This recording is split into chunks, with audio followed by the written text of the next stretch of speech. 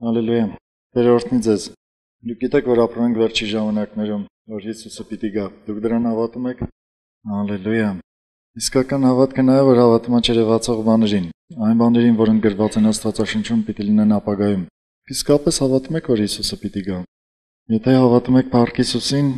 ինքը անպայման կգա, չի ուշացնի իր խոստումը։ Բայց դες բաներ ունեմ ասելու, որոնք վերաբերում են վերջի ժամանակներին։ Գիտեք, ինչքան մենք մոտենում ենք վերջի ժամանակներին, այնքան ավելի դժվար է լինում կյանքը, հավատքի կյանքը։ Այնքան ավելի սատանան պատերազմների է դուրս գալիս հավատացյալների դեմ։ Ես պիտի խոսեմ այսօր բաներ, որոնք ձեզ օգնեն ավելի շատ հավատարիմ մնալու պատերազմների մեջ։ Ոչ թե պատերազմները պիտի չլինեն։ Հիսուսը երբ իր աշակերտների համար աղոթք էր անում, ասաց՝ չեմ խնդրում, որ իրենց վերցնես երկրից, այլ խնդրում եմ, որ չարից պահես։ Ոչ թե որ այդ նեղությունները չլինեն մեր կյանքում, այլ որ դրանց մեջ մենք պաշտպանված լինենք չարից։ Սա է շատ կարևոր։ Դու գիտես, որ ում անունն ես գրում քո վրա։ Դու Քրիստոս անունը ունես քո վրա, Հիսուս անունը ունես քո վրա։ Ու դա պատահական չի։ Ես ձեզ երկու հարց պիտի տամ։ Առաջին անգամ որտեղ մարդիկ կոչվեցին քրիստոնյաներ։ Անտիոքում։ Առաջին անգամ ովքեր կոչվեցին քրիստոնյաներ։ Այսօր ազգերն են կոչվում քրիստոնյաներ, որոնք իրականում քրիստոնյաներ չեն էլ, որովհետև չգիտեն Քրիստոսին, չեն ճանաչում Քրիստոսին։ Բայց Աստվածաշնչում Գործք առաքելոց գրքում 11-րդ գլխում 26-րդ խոսքում գրված է, որ աշակերտները առաջին անգամ Անտիոքում կոչվեցին քրիստոնյաներ։ Աշակերտները կոչվեցին քրիստոնյաներ։ Այսինքն չկա քրիստոնեություն, եթե չկա աշակերտություն։ Այսօր պիտի խոսեմ աշակերտության մասին։ Աշակերտությունը մեծ ուժ է։ Դրա մասին գրված է մանրամասն Գործք առաքելոցում։ Գործք առաքելոցը գիտեք ինչով է սկսվում, ինչ խոսքերով, որ Հիսուսը խոսում էր իր աշակերտների հետ, հետո համբարձվեց երկինք։ Վերջին պատվերները տվեց աշակերտներին ու հեռացավ երկինք։ Երկու հրեշտակ հայտնվեցին աշակերտների կողքին այդ պահին Հիսուսի գնալուց հետո ու ասացին՝ ինչպես տեսաք նրա գնալը, այդպես պիտի տեսնեք նրա գալուստը։ Հալելույա Հիսուսին, այդպես պիտի տեսնենք նրա գալուստը։ Բայց այդ գնալուց մինչև գալու պահը ինքը ինչ-որ մի բան թողեց երկրի վրա, որը պիտի չկտրվեր, թելի նման պիտի ձգված լիներ հազարավոր տարիների մեջ, որ պիտի սկսվեր իր գնալուց ու վերջանար իր գալուստով։ Դա գիտեք ինչն է, որ այդքան ձգված պիտի լիներ։ Աշակերտությունը, քրիստոնեությունը։ Միտեղ, որտեղ քրիստոնեությունը կանգ կառնի, կամ աշակերտությունը կանգ կառնի, այնտեղ կանգ կառնի քրիստոնեությունը։ Որովհետև քրիստոնեություն կոչված է ինքը աշակերտությունն է, եթե չկա աշակերտություն, չկա քրիստոնեություն։ Գործք առաքելոց գիրքը գրում է, թե ինչպես էր աշակերտությունը զարգանում, ուժեղանում, տարածվում ամբողջ աշխարհով մեկ, որովհետև Գործք առաքելոցը դուրս է գալիս հրեական սահմաններից ու տարածվում է աշխարհով մեկ։ Այն ժամանակվա ամենաուժեղ պետության հռոմեական կայսրության սահմաններում, տարածքներում ուժեղ ձևով տարածվում էր։ Եվ Գործք առաքելոցում իհարկե գրված են խոսքեր, որոնք մեր համար շատ կարևոր են։ Դրանց ուսումնասիրությունը ցույց է տալիս, որ դրանք այսօր էլ շատ իրական են։ Ես պիտի խոսեմ 5 խոսքերի մասին։ Պիտի վերցնեմ Գործք առաքելոցից 5 խոսքեր, ու դրանցով պիտի ուսումնասիրենք աշակերտություն կոչվածը։ Իմ նպատակն է, որ դուք գնահատեք այսօր, հասկանաք աշակերտության կարևորությունը ու ինքներդ ուզենաք դառնալ աշակերտ եւ աշակերտները աճեցնեք։ Երկու կողմն էլ պիտի խոսեմ։ Մեկ խոսեմ, որ դու որպես աշակերտ, մեկ էլ խոսեմ, որ դու աշակերտներ պիտի ունենաս։ Պատրաստ ես լսելու։ Հալելույա։ Առաջինը, որ հանդիպում ենք այդպիսի խոսքի, որը խոսում է աշակերտության մասին, իհարկե ես բոլոր խոսքերը չեմ վերցրել, ընդամենը 5-ն եմ վերցրել։ Գործք առաքելոցը լցված է աշակերտության մասին խոսքերով։ Ուրեմն 6-րդ գլուխը բացառեք ինձ հետ, 7-րդ խոսքը կարդանք իրար հետ։ Գրված է՝ Աստծո խոսքը աճում էր, աշակերտների թիվը խիստ շատանում էր Երուսաղեմի մեջ, եւ քահանաներից մեծ բազմություն հավատքին հնազանդվում էին։ Գիտեք, սա մեծ հաղթանակ էր հրեաների համար, որ քահանաներից նույնիսկ մարդիկ հնազանդվում էին հավատքին։ Հալելույա։ Մենք այսօր էլ պիտի հասնենք դրան։ Եկեք նորից կարդամ այս խոսքը։ Եվ Աստծո խոսքը աճում էր, ու աշակերտների թիվը խիստ շատանում էր Երուսաղեմի մեջ։ Աստծո խոսքը աճում էր, ու աշակերտների թիվը, սրանք իրար հետ խիստ կապակցված են։ Հնարավոր չի, որ Աստծո խոսքը աճի ու աշակերտությունը չաճի։ Հնարավոր չի, որ աշակերտությունը աճի ու Աստծո խոսքը չաճի։ Երկուսը իրար հետ խիստ կապակցված են։ Եվ իրար հետ շատ ամուր կապված են։ Տեսեք, գրված է՝ եւ Աստծո խոսքը աճում էր, ու աշակերտների թիվը խիստ շատանում էր։ Հետարքիրա գրված չի, որ հավատացյալների թիվն է շատանում, գրված աշակերտների թիվն է շատանում։ Առաքյալների ուշադրությունը կենտրոնացած էր աշակերտների վրա, նրանք կենտրոնացած չէին, թե ինչքան մարդիկ կհավատան, Այսօր քրիստոնյաները շատ ուրախանում են, երբ որ մարդը ասում է, հա, հավատում եմ, իրար հետ խոսում են, աղոթում են, մարդը ասում է, հա, հավատում եմ, ու մի հատ էլ իրար հետ աղոթք են անում, շատ ուրախանում են։ Ու կարծես դրանով բավարարվում են, սա շատ քիչ է, գիտեք։ Երբ որ այդ մարդը կդառնա աշակերտ, նոր կգա իր տեղը։ Մենք պետք է ուրախանանք աշակերտների քանակով, որովհետև դա է քրիստոնեությունը։ Եթե չլինի աշակերտությունը, շատ բաներ կմարեն։ Պողոս առաքյալը իր աշակերտին Տիմոթեոսին իր երկրորդ նամակում, երկրորդ խոսքում գրում ասում է, այն բաները, որ ինձանից սովորեցիր, հավատարիմ մարդկանց հանձնիր, որպեսզի իրենք էլ կարող լինեն ուրիշների սովորեցնել։ Բաներ կան, որ ամեն մարդու չես ասում։ Բաներ կան, որ խոսում ես միայն այն մարդկանց, ովքեր աշակերտ են, ովքեր ունեն այն սիրտը, որ պատրաստ են լսելու դրանք։ Ասում է, այն բաները, որ ինձանից սովորեցիր, հավատարիմ մարդկանց հանձնիր։ Հավատարիմ մարդկանց, որ իրենք էլ կարողանան ուրիշների փոխանցել։ Խոսում է հենց այն աշակերտության սկզբունքի մասին, որը սկսվեց առաջի դարում Հիսուսից, ու պիտի շարունակվի ու վերջանա Հիսուսով։ Ես կարծում եմ մենք երկնքում աշակերտություն չենք անելու իրար հետ։ Աշակերտություն անելու ենք միայն Հիսուսի հետ։ Երբ որ իրեն կտեսնենք հայտնապես ուղիղ ու իր միջոցով կունենանք Աստծո հայտնությունները, մենք կսովորենք հենց իրենից։ Այսօր մենք սովորելու համար աշակերտության համար ունենք երկու բաժին։ Մեկը Սուրբ Հոգին, որը եկել է մեր մեջ, Աստծո կողմից տրված է մեզ։ Մյուսը մարդիկ, որ մեր շուրջն են, ու ինչ որ մի բաներ ստացել են Սուրբ Հոգուց ու կարող են սովորեցնել մեզ։ Գիտեք ինչքան շատ եմ հանդիպել մարդկանց, որ ասում են Սուրբ Հոգուց բացի ոչ մեկը չի կարող ինձ սովորեցնել։ Այս մարդիկ ամենաթույլ, ամենախեղճ մարդիկ են քրիստոնեության մեջ։ Այս են մարդիկ են, որ պատրաստ են ամեն պահի ընկնելու։ Իրենց կողքին չկա մեկը, որ իրենց ձեռքը բռնի, կանգնեցնի, չկա աշակերտությունը։ Եթե չկա աշակերտությունը, ուրեմն չկա Աստծուց սովորելը։ Հա հաճախ այդ խոսքերը, որ գրված է Սուրբ Հոգու մասին, որ ինքը կգա մեզ կսովորեցնի, մեզ կաշակերտի, մարդիկ ովքեր խուսափում են աշակերտությունից այդ խոսքերից շատ են օգտագործում, բայց հաճախ մոռանում են, որ դրանց կողքին շատ ուրիշ խոսքեր են գրված աշակերտության մասին։ Ինչքան խոսքեր են գրված, որ մարդկանցից պետք է սովորել, գրված Աստված ուսուցիչներ դրեց եկեղեցու մեջ, ուսուցիչներից պիտի սովորել։ Հոպատահական չի դրել։ Գիտեք, հենց Աստվածաշնչից վերցրած բաներ կան, որ ես գուցե երբեք իմ կյանքում չեմ սովորի, եթե ուրիշից չլսեմ։ Գիտեք ինչու, ես ունեմ ինչ-որ մի պարգև Աստծուց տրված։ Ու երբ որ ես Աստվածաշունչը բաց եմ անում, Սուրբ Հոգին իմ պարգևին համեմատ հայտնություններ է տալիս ինձ։ Բայց բաներ կան, որ մի ուրիշ պարգև ունեցողն է հայտնություններ ստանում Աստվածաշնչից։ Ու ես երբեք չեմ կարող ուրիշի պարգևի համապատասխան հայտնություններ ստանալ Աստվածաշնչից։ Ընկալում եք ինչ եմ ասում։ Սա այնքան կարևոր է, որ մենք հասկանանք, որ մենք խումբ լինելով իրար լրացնում ենք։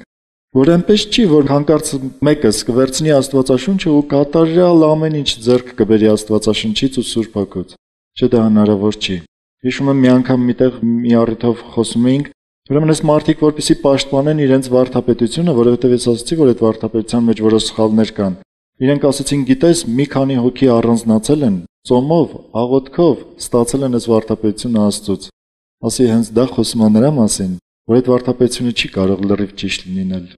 որովհետև ընդամենը մի քանի հոգի են աշխատել այդ վարդապետության վրա։ Գիտեք, մեր վարդապետությունը, ուսմունքը մեր սրտերում, մեր կյանքում կառուցվում է ինչպես։ Կառուցվում է ամբողջ աշխարհի քրիստոնեության հետ միասին։ Մենք այդ ամբողջ քրիստոնեությունից առանձին մասնիկ չենք։ Մենք սովորում ենք բոլորից, նայում ենք ուրիշի կարծիքները, լսում ենք ուրիշի կարծիքները բազմազան հարցերի մասին։ Ու դրանցից այդ ամեն ինչից ձևավորվում է։ Եթե դու չլսես մի ուրիշ տեսակ կարծիք, ինչպես կիմանաս, քոնը ճիշտ է թե սխալ։ Համեմատելու բան չես ունենա։ Հենց այն թեկուզ ուրիշինը մի հատ վերցնես ու համեմատես Աստվածաշնչի հետ, տեսնես իսկապես ճիշտ է ասում։ Ես այնքան բազմազան բաներ եմ լսել ու սովորել։ Ու տեսել եմ, որ ես ինքս գուցե չէի էլ ստանա դա, եթե մնայի միայն ես ու Սուրբ Հոգին, որովհետև Սուրբ Հոգին ինձ հետ խոսում է իմ ձևով, իմ միջոցներով։ Սա ամենակարևոր բաներից մեկն է, որ պետք է հաշվի առնել, որ Աստծո խոսքը եւ աշակերտությունը իրար հետ են աճում։ Սրանք իրարից առանձին չեն լինում։ Հաճախ կհանդիպեք մարդկանց, որոնք ասեն, ես միայն Հիսուսի աշակերտն եմ։ Այդ մարդկանց վարդապետությունը կտեսնեք շատ թույլ, շատ պակաս։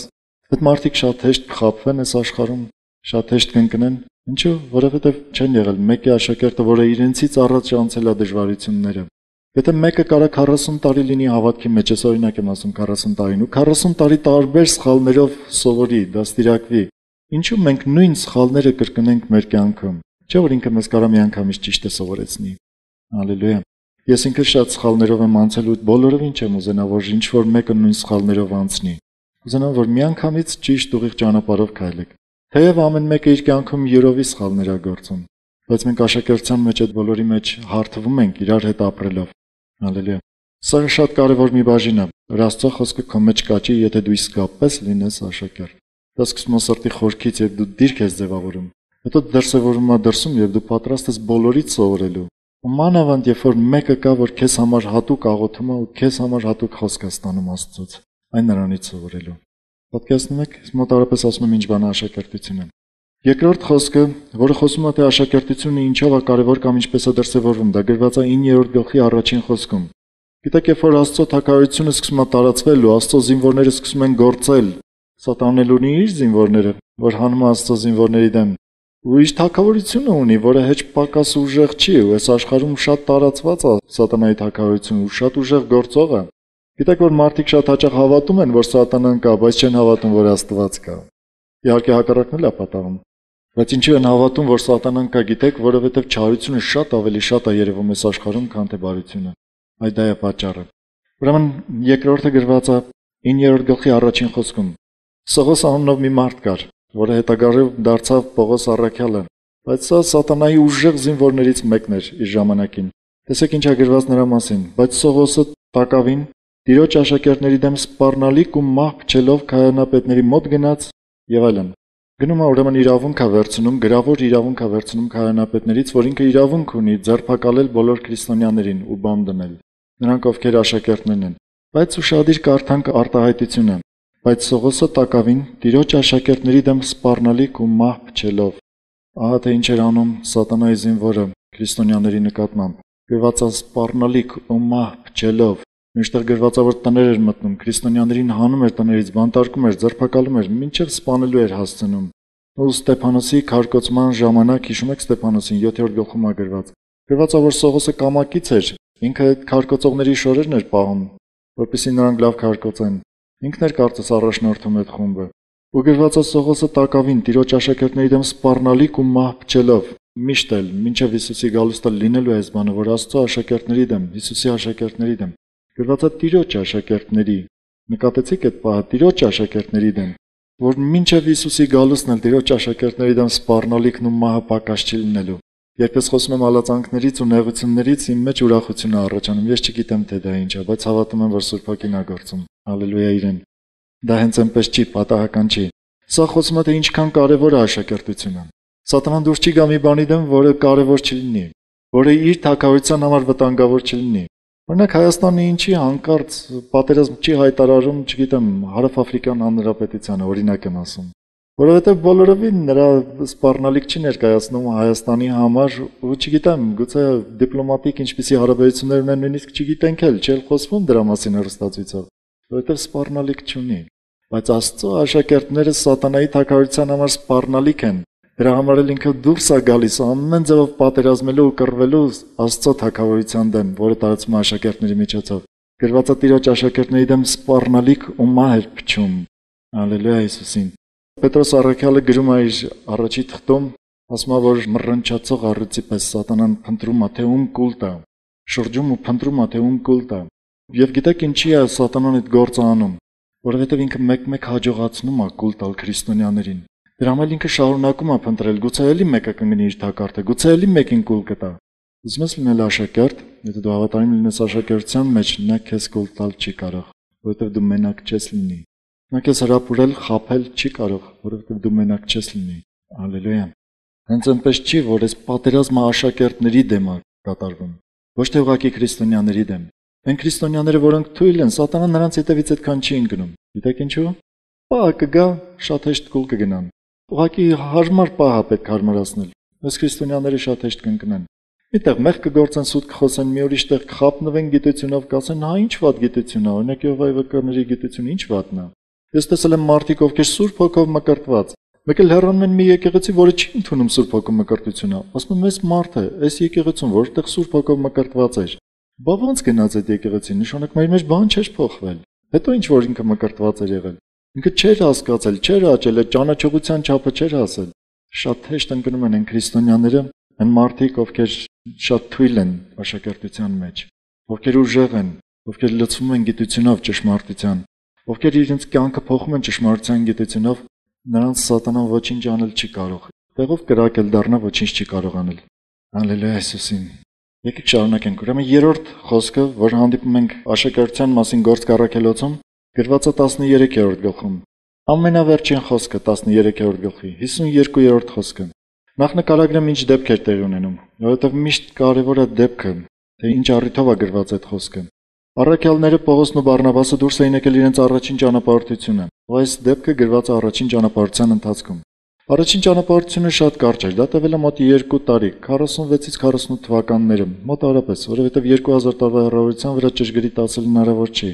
Մոտ 46-ից 48 թվականներին իրենք կատարեցին իրենց առաջին ճանապարհորդությունը։ Սկսվեց Անտիոքից ճանապարհորդությունը Սիրիայում կար մի Անտիոք քաղաք։ Պտտվեցին մի փոքրիկ տարածքով Փոքրասիայի, նաև Կիպրոս կղզով ու վերադարձան նորից Անտիոք։ Ու այս ընթացքում իրենց ճանապարհին իրենք մի տեղ եղան, որտեղ հрьяաները շատ կային։ Սկզբում հрьяաները լավ լսում էին խոսքը, հետո նախանձեցին, ասացին այս Պողոսի շուրջը, Պողոսի ու Բարնաբասի շուրջը շատ մարդ է հավաքվում։ Հավաքեցին մարդիկ, իրենց ականջները լցրեցին, դուրս անեցին Պողոսի ու Բարնաբասի դեմ ու գրվածա հալածանք հանեցին ու դուրս արեցին։ Գրվածա որ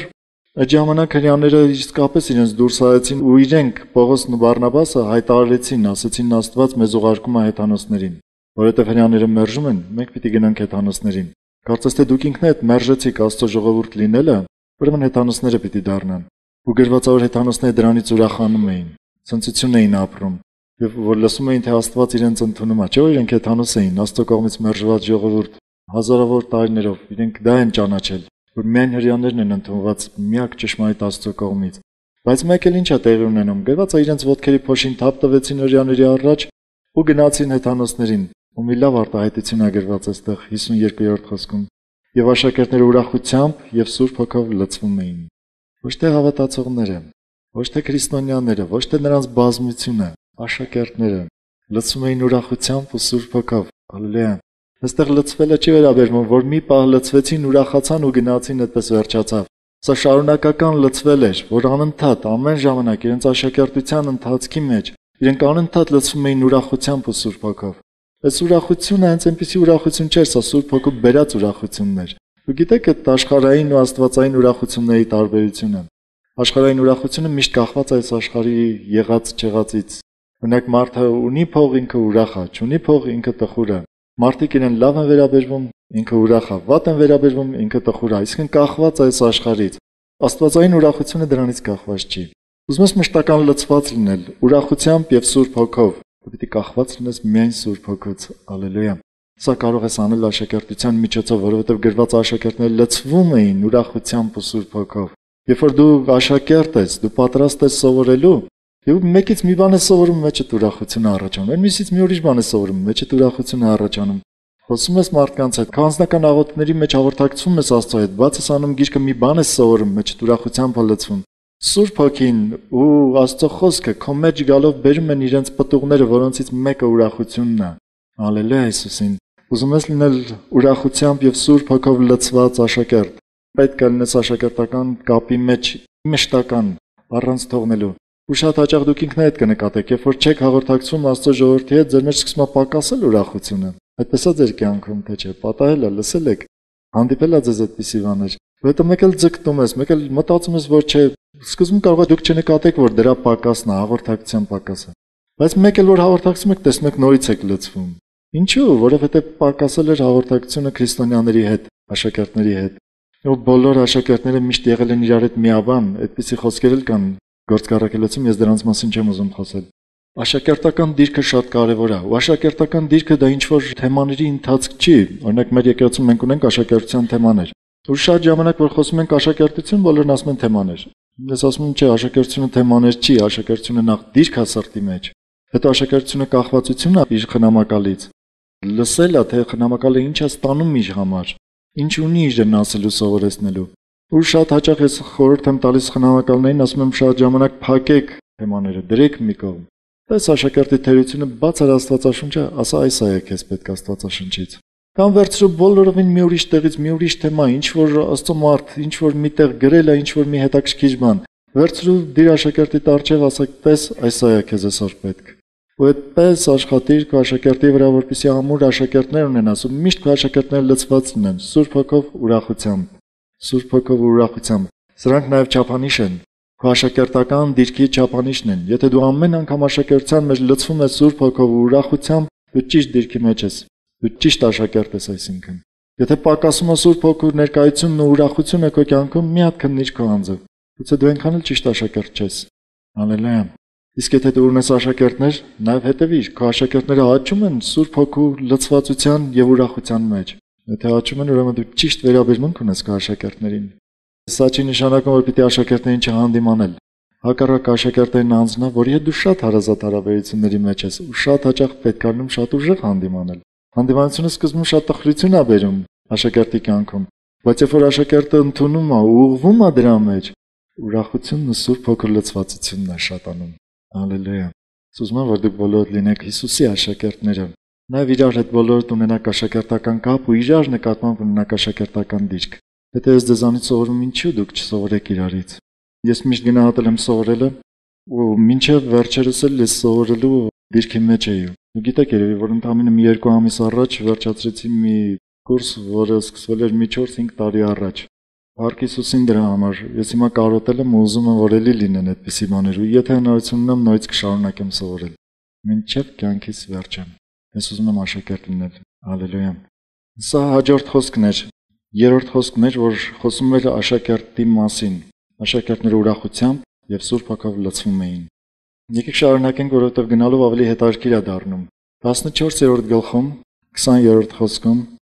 կարդանք 4-րդ խոսքը, որ գրված է աշակերտների մասին։ Բայց մի բան կա այստեղ, ռուսերենում խոսքերի փոքրիկ տարբերություն կա։ Այս խոսքը, որ կարդամ հայերենում 20-րդ խոսքում, ռուսերենում կարդացեք 19-ում։ Եթե չեմ սխալվում, թե 21-ում, մի խոսքի տարբերություն պիտի լինի։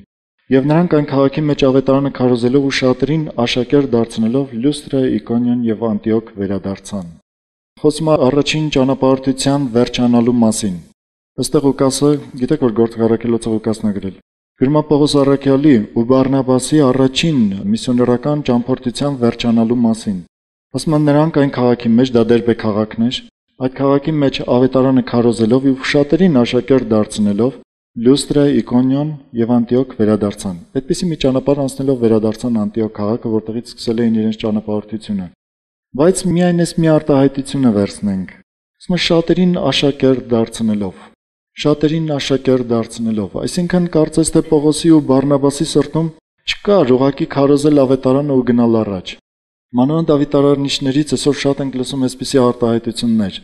Ավետարանչական ինչ հավաքույթի ժամանակ կար 1000 կամ այսքան 1000 մարդ, ու երբ որ խնդրեցինք առաջ գալ թե ում համար աղոթենք, այսքան 100-ը կամ մի 1000-ը առաջ եկան ու իրենց համար աղոթեցին, ընդունեցին Հիսուսին, փառք Հիսուսին, հալելույա։ Ես շատ ուրախանում եմ այսպիսի բաներից, իսկապես սրանք շատ լավ բաներ են, բայց շատ քիչ են, գիտեք։ Պետք էր այդ մարդկանց դարձնել աշակերտ, որովհետև հետո այդ մարդիկ ընդունում են Հիսուսին ու հեռանում են։ Սատանան մռնչող առյուծի պես փնտրում ում կուլ տա, դրանցից ինչքանն են կուլ գնում։ Մռնչացող առյուծի բերանում ու չգիտեն էլ իրենք որ կուլ են գնում։ Դա նման է որ նորածին երեխան ես ծնվում է, իրեն թողնես ասես ինքը կապրի։ Այդպես չի լինում, իրեն պետք է գրկել, խնամել, աճացնել, ինչ որտեղ ձեռքից բռնել, քայլեցնել։ Եթե ինչ որտեղ էլ արդեն տարիքը հասել է ու դեռ ինքը պարկած է, մի հատ էլ հետևին խփել, ասել վեկացին կդ քայլիչ։ Հերիք եղավ պարկես։ Ոնց աշակերտի հետ աշխատել է, պետք է աճեցնել, հասցնել միտեղ ու վերջում երբ որ կհասնի միտեղ, ասում ես դու էլ պիտի ունենաս աշակերտ։ Եթե չի ուզում աշակերտ ունենալ, մի հատ էլ լավ հանդիմանել այդտեղ, որովհետև եթե ինքը աշակերտ չունեցավ, ինքը չի աճելու, չի շարունակելու աճել։ Գիտեք, խնամակալները ինչքան են աճում, երբ իրենք սովորեցնում են աշակերտներին։ Մի արտահայտություն կա, սա հաճախ եմ օգտագործում, օգտագործված է ուրեմն հոգեբանական ուսուցումների համար սա, այս արտահայտությունը։ Ասում են ուսուցիչը այնքան բացատրեց, մինչև ինքը հասկացավ։ Լսել եք այդպիսի արտահայտություն։ Շատ բաներ կլինի ձեր կյանքում, որ ձեր աշակերտները ձեզ հարցեր կտան։ Դուք դժվարություն կունենաք իրենց հասկացնելու։ Բայց երբ որ դուք կփորձեք, դուք ինչ-որ մի ձևով հասկանում եք այդ հարցը, ուզում եք ամեն ջանք անում եք, բացատրում եք, որ աշակերտը հասկանում։ Եկել դուք ինքնդ մի ուրիշ բան եք հասկանում դրանից։ Ինչքան դուք սովորեցնում եք, այնքան դուք ինքնդ շատ եք հասկանում։ Դրա համար ասում եմ աշակերտները չեն աճի, եթե իրենք աշակերտ չունենան։ Միշտ նայեք դրան։ Սա նշանակում է, որ պետք է մենք էլ չբավարարվենք։ Մարդկանց դարձնենք աշակերտ եւ գրածը նրանք այն քաղաքի մեջ ավետարանը քարոզելով ու շատերին աշակերտ դարձնելով։ Իրենք քարոզում էին ավետարանը, հետո այդ լսողներից ու հավատացողներից շատերին դարձնում էին աշակերտ, նոր հեռանում էին այդ քաղաքից։ Ես ինքս Պողոս առաքյալին շատ հարցեր կտամ, կարծում եմ երկնքում, կասեմ վերջը այդ կարճ ժամանակի մեջ, մի ամիս էիր մնում, թե ինչքան այդ քաղաքում։ Ինչ էիր սովորացնում այդ մարդկանց, որ հետո թողում ու գնում էիր, վստահ էիր, որ կուլ չեն գնա։ Թեև ինքը միայն չէր թողում ու գնում։ Երկրորդ ճամփորդությունը գիտեք ինչպես սկսվեց։ Բարնաբասին ասաց՝ «Արի գնանք տեսնենք եղբայրները ինչպես են»։ Այսինքն այն մարդկանց, որտեղ որ խմբեր ենք թողել, աշակերտներ ենք թողել, գնանք տեսնենք ինչպես են։ Սա շատ կարևոր է խնամակալի կողմից, որ մեկ-մեկ նայի, տեսնի թե իր աշակերտը ինչպես է, ոչ թե մեկ-մեկ այլ մշտական։ Եվ հետաքրքիր է այս խոսքը։ Եվ նրանք քաղաքի մեջ ավետարանը քարոզելով ու շատերին աշակերտ դարձնելով եւ այլն։ Երբեք չմտածեք, որ մեզ պետքա բավարարվել նրանով, որ մարդիկ միայն կհավատան, մեզ պետքա դարձնել աշակերտ։ Բայց կա նաեւ աշակերտի կողմը, գուցե աշակերտը բոլորովին էլ չի ուզում աշակերտ դառնալ։ Ես ձեզ մի խորհուրդ ունեմ այստեղ տալու։ Երբեք կանգ չառնեք այն մարդկանց վրա, ովքեր չեն ուզում աշակերտ դառնալ։ Շարունակիր առաջ գնալ, նորից քարոզիր ավետարանը, հավատացողներից աշակերտներ դարձրու։ Ովքեր ուզում են դառնալ, թող դառնան։ Եթե մեկը շատ բավարարված է նրանով, որ ինքը հավատում է ու վերջ, թող այդպես էլ մնա։ Ժամանակ մի կորցրու, քեզ կյանքը տրված է սահմանափակ։ Ես խոսում եմ խնամակալների հետ, նրանք ովքեր ուզում են աշակերտներ ունենալ։ Քեզ կյանքը տրված է սահմանափակ, չլինի կյանքիդ վերջում ետ նայես ու տեսնես, որ ոչ մի հավատարիմ աշակերտ չես ունեցել։ Լավ է քիչ հավատարիմ աշակերտներ ունենալ, քան թե ընդհանրապես ոչ մեկին չունենալ։ Կամ մի 1000 հոգի բազմություն ունենալ, որոնցից ոչ մեկը հավատարիմ չլինի։ Սրանք հավասարավոր չունենալուն։ Դրա համար իսկապես փնտրիր նրանք, ովքեր հավատարիմ են։ Ու այն բաները, որ դու ստացել ես Աստծուց, դրանք թանկ արժեն։ Հաճախ չգիտես թե ինչի մարդիկ խոսքին կամ գիտությանը շատ էժան են վերաբերվում, ու շատ հեշտությամբ են կորցնում։ Դրանք շատ թանկ արժեն, դրանք Աստծո գիտություն են, ու ամեն մեկին չի տրված ունենալ։ Այդ գիտությունը փոխանցիր այն մարդկանց, որ կարող են իրենք էլ փոխանցել։ Հավատարիմ մարդկանց տուր։ Այստեղ մի խոսք եմ ուզում ասել, ունեք նոր կտականներ, բացառեք Հովհաննես առաքյալի 2-րդ թուղթը։ Ինքը աշակերտությունը շատ սիրող մի անձ է եղել,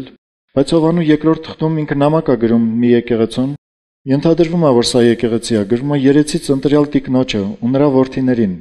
Հավանաբար այդ ընտրյալ տիկինը կամ մի եկեղեցի է եղել, որին դիմացած կանոնով, կամ էլ թե չէ եղել է մի կին իսկապես, որի տանը հավաքվել է եկեղեցին։ Ամեն դեպքում մենք գիտենք, որ խոսքը գրված է եկեղեցուն։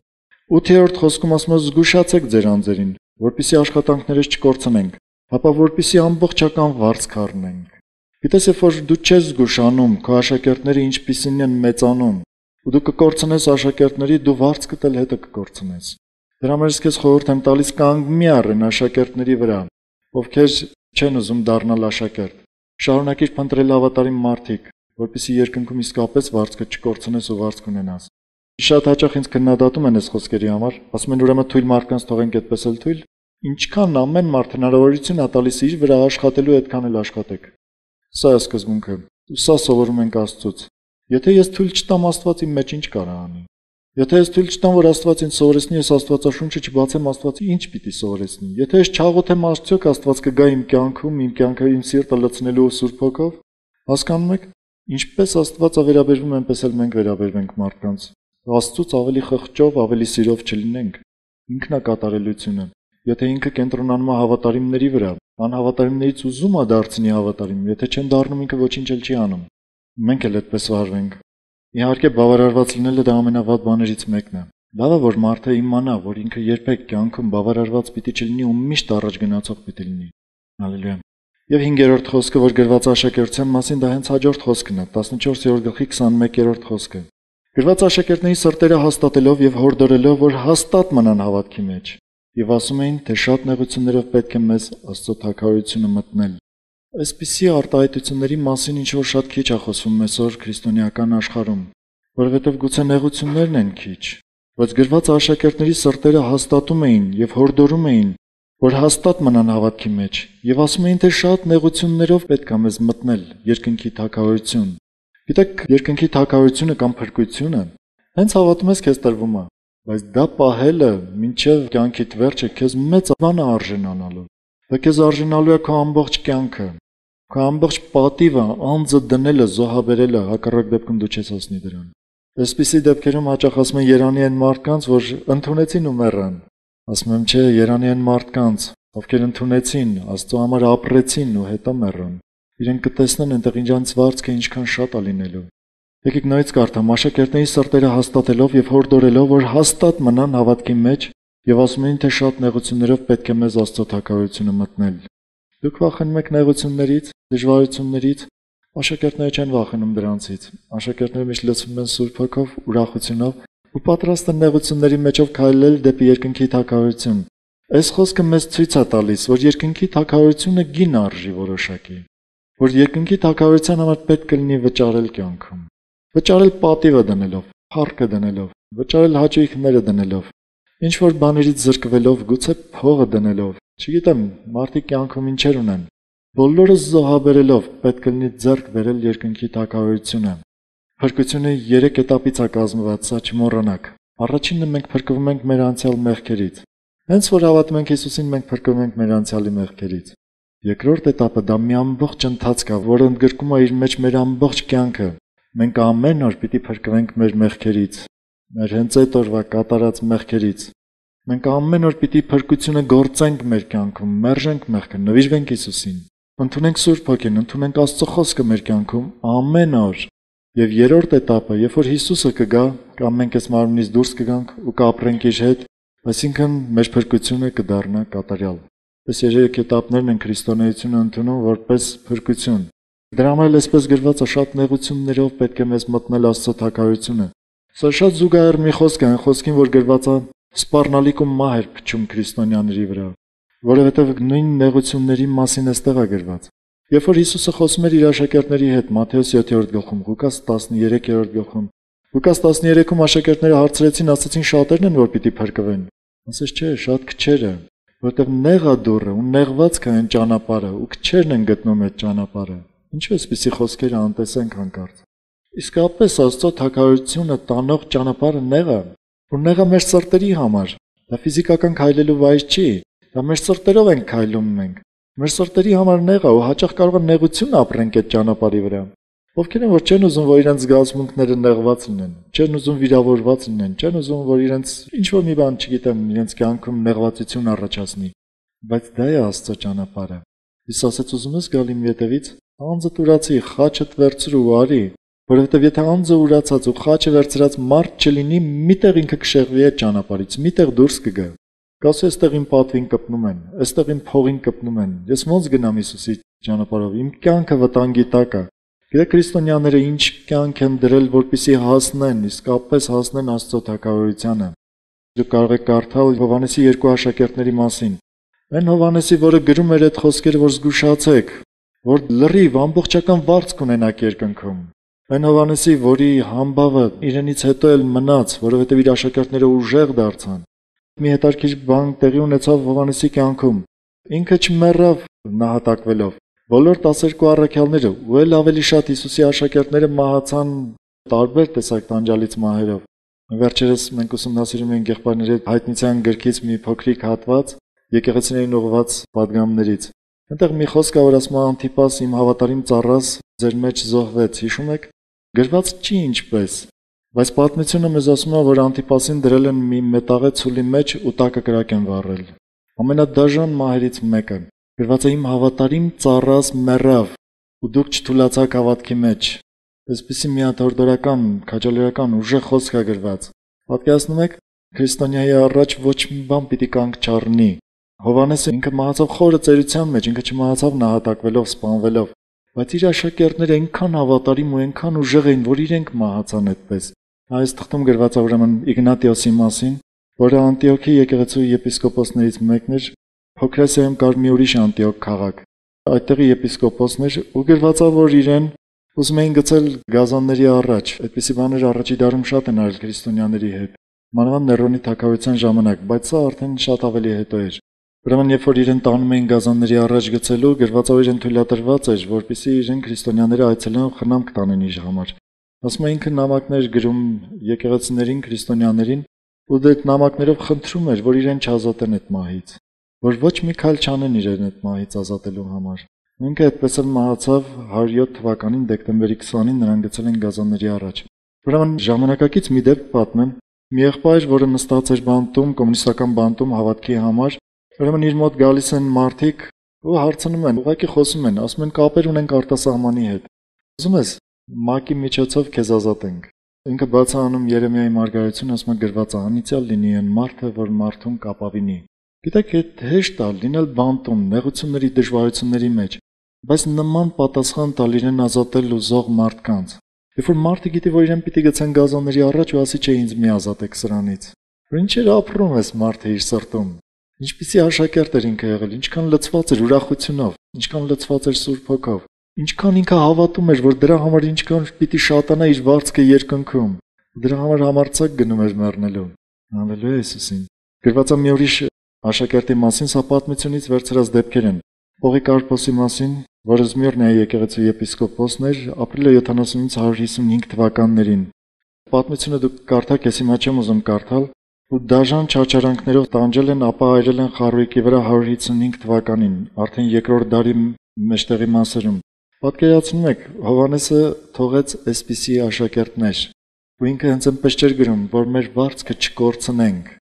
Նայենք, զգուշանանք, ինչպես ենք աշխատում, որ մեր վարձքը չկորցնենք։ Ես կոչ եմ անում, այսօր դուք եկեղեցում եք, դուք աշակերտներ եք, այսօր դուք կարող եք ունենալ աշակերտներ, որոնք ձեզանից հետո այսպես ապրեն երկրի վրա։ Նվիրված, հավատարիմ, մինչև վերջ։ Ու երբեք չմտածեք, թե 20-րդ դարի վերջում կյանքը լինելու է ավելի հեշտ, 21-րդ դարում կամ աշխարհի վերջում կյանքը լինելու է ավելի հեշտ։ Հիմա կան ուսմունքներ, որոնք մի քիչ էլ չեն հավատում հալածանքներին, նեղություններին, դժվարություններին։ Ու հպարտացել են այն աստիճանի, որ ասում են, եթե Պողոս առաքյալը մեր չափ հասկանար, ինքը չէր հալածվի։ Ասում եմ, ինչքան են այս մարդիկ շեղվել արդեն Աստվածաշնչից։ Ես ինքս լսել եմ այդպիսի արտահայտություններ քրիստոնյաներից, բայց ինչքան են շեղվել։ Չէ՞ որ մենք սովորում ենք այսօր Պողոս առաքյալի, մյուս առաքյալների հայտնություններից։ Ու նրանք շատ ուղիղ են ասում, որ դժվարությունները քրիստոնյաների կյանքում պիտի լինեն։ Ասում աշակերտներին հորդորում էին, որ հաստատ մնան հավատքի մեջ, որովհետև շատ նեղություններով պետք էր մտնել Աստծո թագավորություն։